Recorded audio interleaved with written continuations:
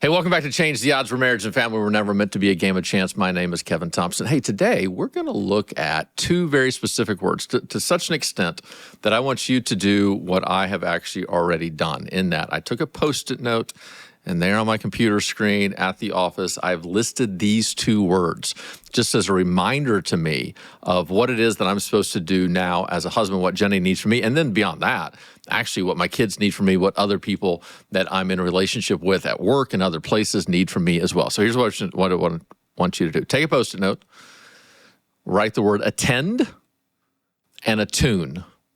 Attend and attune.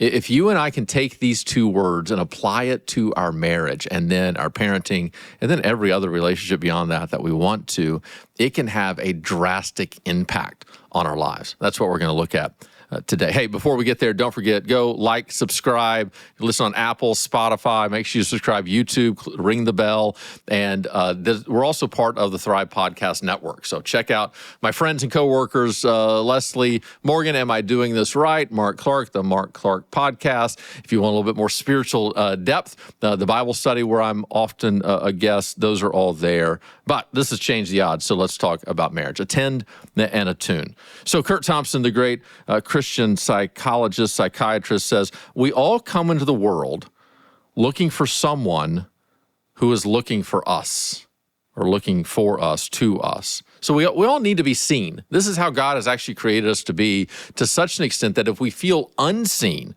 that a good amount of negative consequences begin to express themselves in our lives. In part, fight or flight, freeze, fawn will begin to kick in. We are meant to be seen, and to the extent that we are seen, loved, valued, appreciated, the human heart, the mind grows, develops, matures. We tend to respond in very appropriate ways. But when we feel unseen, a whole host of negative consequences kind of come from that. So the question is, how do we do that? How do we accomplish that for ourselves?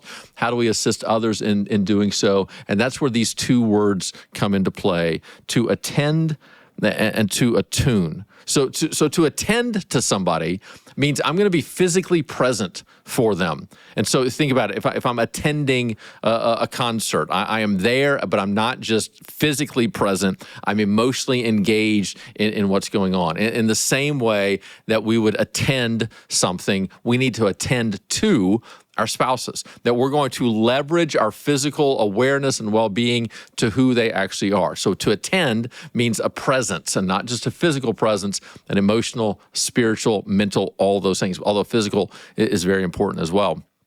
And then to attune is now means I'm gonna pick up the vibrations of what is actually happening. If you were to tune a guitar, right, you're gonna get it zeroed in, exactly tuned in where it needs to be. What does it now look like for me to attune myself to my spouse, to recognize what's going on below the surface and then begin to meet her exactly where she is based on what it is that she needs? And to the extent that you and I can attend to our spouses and attune to them, then I think they will feel felt, we will feel felt, and it has a whole host of ramifications of what that means in the midst of our relationship. So let's begin to kind of break this down and see what this looks like. So let's start with this idea of attending. So this is being present now. Gottman is going to talk about what it means to turn toward our partner. So attending to your spouse means giving them your full attention and being mentally and emotionally present. And so it means that we're going to notice our partners. We're going to recognize what their needs are before they maybe sometimes even communicate them. We're going to see their feelings. We're going to recognize, as Gottman said, whenever they make bids for us. So John Gottman talks about bids for attention, or whenever I try to get Jenny's attention, I might say, hey, look at this, or I might send her a text or a touch of some sort. And in that moment, I'm asking for a responsiveness from her, and Gottman calls those bids for attention. And one thing that he learned and found in the 7 Habits for Making Marriage Work, he talks about what he calls the masters and the disasters. And he said those who master the relationship, they become masters of bids of attention, to the extent that whenever their partner makes a bid for their attention or they make a bid for their partner's attention, about 8 out of 10 times they will reciprocate. Now, notice it's not 100%. You can't always be 100%, but most of the time that is reciprocated. Whereas for the disasters in a relationship, only about 3 out of 10 or 4 out of 10 actually respond to it. And what that begins to train your partner to recognize is, I don't know if my spouse is going to respond to me or not. So I actually begin to make less bids for attention in what's going on. So these are, another way to look at these are bids for connection, that we're all needing to connect with each other. And you and I will reach out on occasion to get that attention, to get that connection that we need. How does our spouse respond to that? And then when they reach out for us, how do we respond to them? If I'm attending to them, I'm going to see those bids in a far better light than if I'm not attending to them. They might make bids of connection. I may not even recognize what's going on. So let's look at Gottman and then Sue Johnson, kind of what they say on this topic. So one thing Gottman talks about is the importance of turning to each other rather than turning away. So healthy couples, whenever they have chaos or crisis, or just, I think just for me and Jenny, just throughout our day, we continually try to turn toward each other, an ongoing text message conversation. I read a stat this morning that couples who text throughout the day, even if it's just sending memes, feel far more connected than those who don't. Now, in some professions, you can't do that. If your wife's a teacher, maybe she can't text throughout the day. If your husband is traveling, maybe he doesn't have that freedom. But for many professions, you really can send these little touch points. And those couples that do that feel better connected. But one thing that Gottman says is in unhealthy relationships, they tend to turn away from each other and toward a friend, toward a coworker. So I talk about in friends, partners, and lovers. Who's the first person you tell good news to? Who's the first person you share a concern with? Do you turn toward your partner, or do we tend to turn away? So Gottman talks about that. But then Sue Johnson talks about she has this little acronym called R. Are you there? Are you present? ARE. And so it's the idea of, are you going to be accessible to your spouse, responsive, and engaged? So accessible means they can get to me. Responsive means I'm going to now turn my resources toward them. And then engage means they now have the full capacity of who I am at work and whatever issue they actually have. And so you can see spouses across the board who struggle with some aspect of that. Some aren't accessible. That no matter what I do, I can't get my spouse's attention. Some are accessible, but they're not responsive. I might have access to them, but they're just going to brush me off, and that's going to communicate now that I'm not important. Others, they might respond, but they don't actually fully engage in the issue. They aren't mentally present. They don't leverage their resources for me, or sometimes they don't have any resources that they can actually give me. And Johnson talks about that whenever you are there for each other, whenever you are accessible, responsive, and engaged, it goes a long way now to transform the emotional content of the relationship. And we attend to each other sometimes in that way. Another aspect about attending to your spouse now, I think, is just these daily habits, or one thing I talk about in my book coming out next year, The Creation of Us, are these daily rhythms. So what are the daily rhythms that you've created to make sure that you have space to attend to your spouse, to be physically present? So as I'm shooting this, we just came out of a few days of a meteor shower. And so one of the things that Jenny and I did, we talked about how old we're getting now, that this is what we do. But at the end of the night, we're on the West Coast, there's nothing on television, football hadn't started yet, whenever we're shooting this. And so we would go up to our deck and just look at the night sky and watch these shooting stars. And sure enough, we found a good number of them. I never knew how many satellites were present, but it's just this little rhythm that we've had over these last couple of nights. It'll change because the meteor shower is over, but that creates the space for us now to be with each other. Technology turned off, nothing really going on, and now we're connected. I said before, the most meaningful kind of times of connection for me and Jenny are going on for walks. We know that we're going to have that time. So what are the daily rituals that you have created? Maybe for some it's breakfast. Maybe for others it's a 20-minute conversation whenever you get home. You're in the kitchen, maybe kind of getting things ready. And notice this, the more busier your lives are, the more kids are at home, the actual more intentional you have to be about this, because you can't just assume it's going to happen.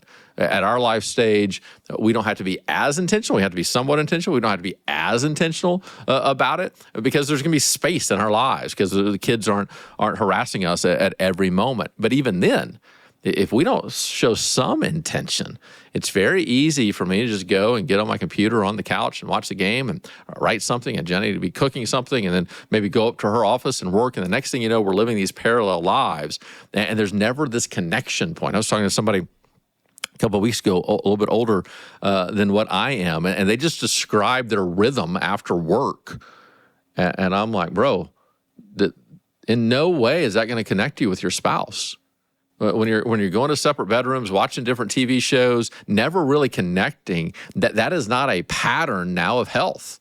And it's going to have a disastrous consequence within your own life. So we have to be physically present. We have to have space, habits, and rhythms to where we can actually attend to each other. So now we've defined attend. Let's define attune. What does it mean to now understand and to empathize with your spouse's kind of inward world? That's what it means to attune. And in the same way that as you're tuning a guitar, there's a physical component to it, but there's something you're also hearing about how that thing is operating. Now we want to attune to how our spouse is doing, how they're operating in this very moment. So attunement goes beyond just being physically present. It means genuinely connecting and understanding our spouse's inward experience. Julie Manano, in her great work, Secure Love, says it means feeling with them, supporting them emotionally, and letting them feel as though they exist. In other words, it's an empathy in action now, a task that's being accomplished now, driven by our empathy, in which we're truly honoring and hearing and seeing and validating what our spouse is actually going through. We're seeing them. That's what it is. We really are seeing them. And basically it communicates, as Manano says, that emotional attunement means saying, I am with you in this, and I'm not trying to fix you out of it. So I'm present with you, not just an outward voice trying to fix what is actually going on. So think about what attunement feels like. Dan Siegel has long said that it's feeling felt. So it's feeling, emotionally understanding that I am now being seen, being felt, being understood. Siegel says it this way: when we attune with others, we allow our internal state to shift, to come to resonate with the inner world of another. This resonance is at the heart of the important sense of feeling felt that emerges in the midst of close relationships. It really becomes almost like a harmony in which I'm picking up what the mood of my spouse is, and then I'm meeting them where they need to be met. And so if my spouse is as excited as can be, I don't come in all mopey and kind of depressed and downtrodden. I want to meet them where they are. If they are now going through a difficult time and full of sorrow, I don't come in with all energy and going, oh, get over it. It's not that big of a deal. That's now living in a dissyncrasy, kind of what's going on, a division. But instead, I want to meet them where they are, and then I want to be met where I am as well. And so whenever we begin to do that, we're responding now with a compassion toward our spouse. So what does this look like, and what does it mean to attune in a real kind of practice? Well, most of it is going to be listening.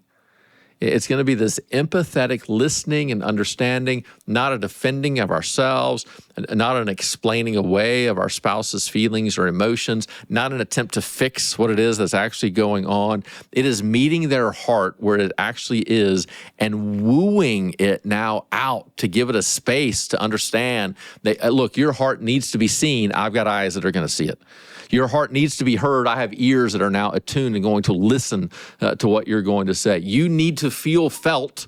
I am here to be that person. And you're creating a climate in which they can sense this emotional safety to begin to express themselves.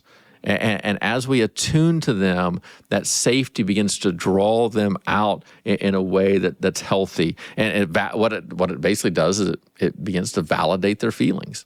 It doesn't mean that what they're feeling is everything by any means, but it means what they're feeling is what they're feeling. And I'm not going to tell you that you can't feel that. One of the things we talk about in our house constantly is how quick we are with each other to downplay what the other person is feeling and try to tell them. And so, I might be eating something that I think is spicy, and my daughter goes, well, that's not spicy. No. It may not be to you, but it can be to me. And you don't get to define what I think is and isn't spicy. I don't get to define for you what is and isn't a true feeling and an expression. Instead of saying, oh, it's this or it's that, begin to ask the question, how do you feel that it is? In your opinion, what is this? What is this like from your experience? That's what we're looking at. Not that there's this one universal experience that we all have and this is what it is. And if you don't fit into what I believe it is, something's wrong with you. Instead, to begin to say, here's what I see. What do you see? Here's what I feel. What do you feel?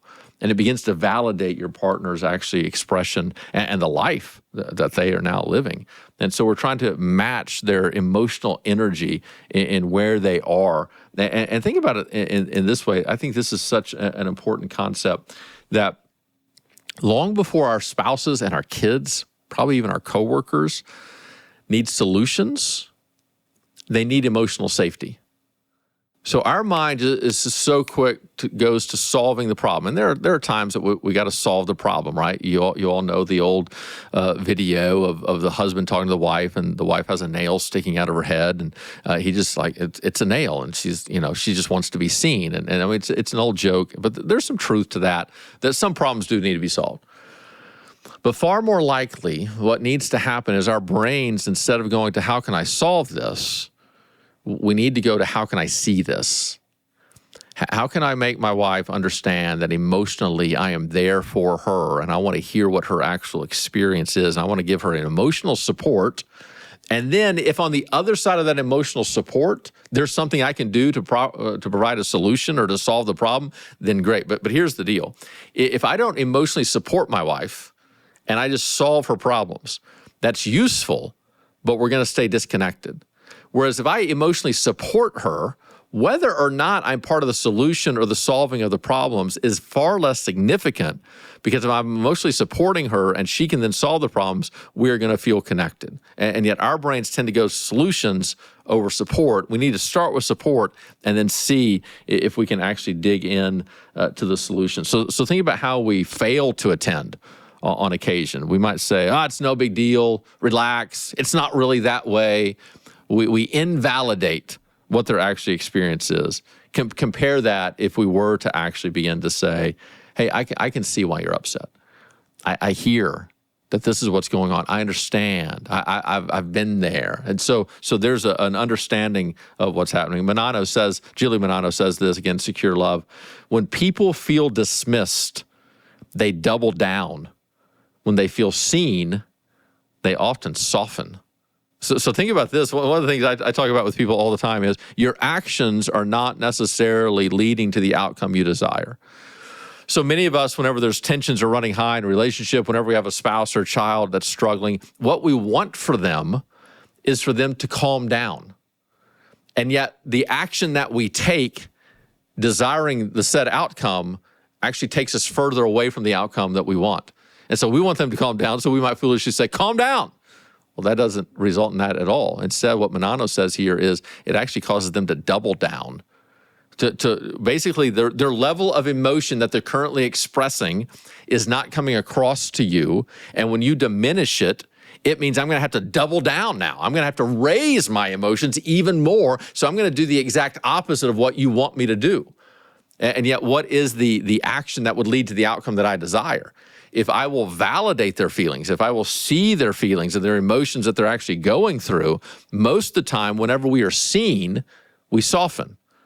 And as we soften, now we're experiencing the outcome that we actually desire, but it comes through an action that often doesn't come to mind.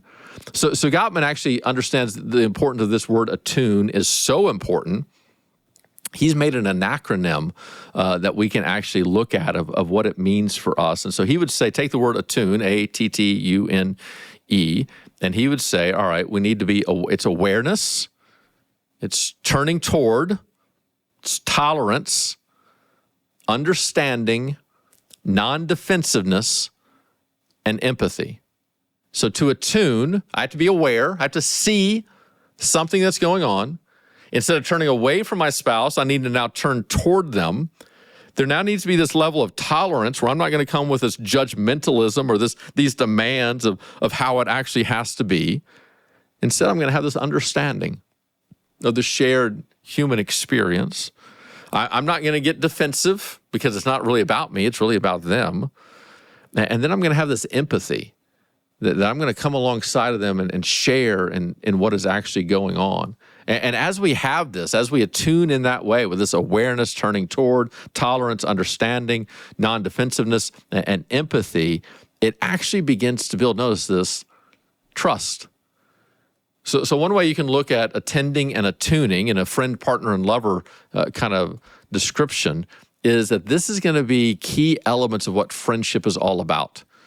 Because if friendship is built on trust, partnership, respect, intimacy, on vulnerability, then to attend and attune is now a way that I'm building trust. I'm showing you can put your heart out on the table with me because I know and you know that I'm going to treat it in a right way. And when you and I can begin to live in that kind of attending and attuning kind of concept, it can make a dramatic difference in the lives of others. So here's what I want to do. We've set out these two very big words of attending and attuning. I want to take a break now, and I want you to think about how you can begin to incorporate these within your own lives, within your marriage primarily, but also notice this has a huge parenting ramification as well, that if we can begin to apply these words. So again, take your Post-it note, put it on your mirror at the house, or put it on your desktop there at work, maybe put it in a note on a phone, whatever's going to get your attention. And over this next week, let's begin to think about how can we better attend and how can we better attune to our spouse and at least our children, but you could also pick a coworker as well, and begin to see, one, how difficult this is, but then beyond that, what are the emotional ramifications of that? And we're going to cut this episode right now as part one, and we'll come back next week and we'll begin to look at what is the neuroscience that's going on behind it. What are some practical strategies that we can begin to apply? But first, I want you to see the issue, and then we'll get into the detail of what's going on. And so if you and I can begin to attend and attune, it will go a long way to changing the odds of marriage. We'll see you next week.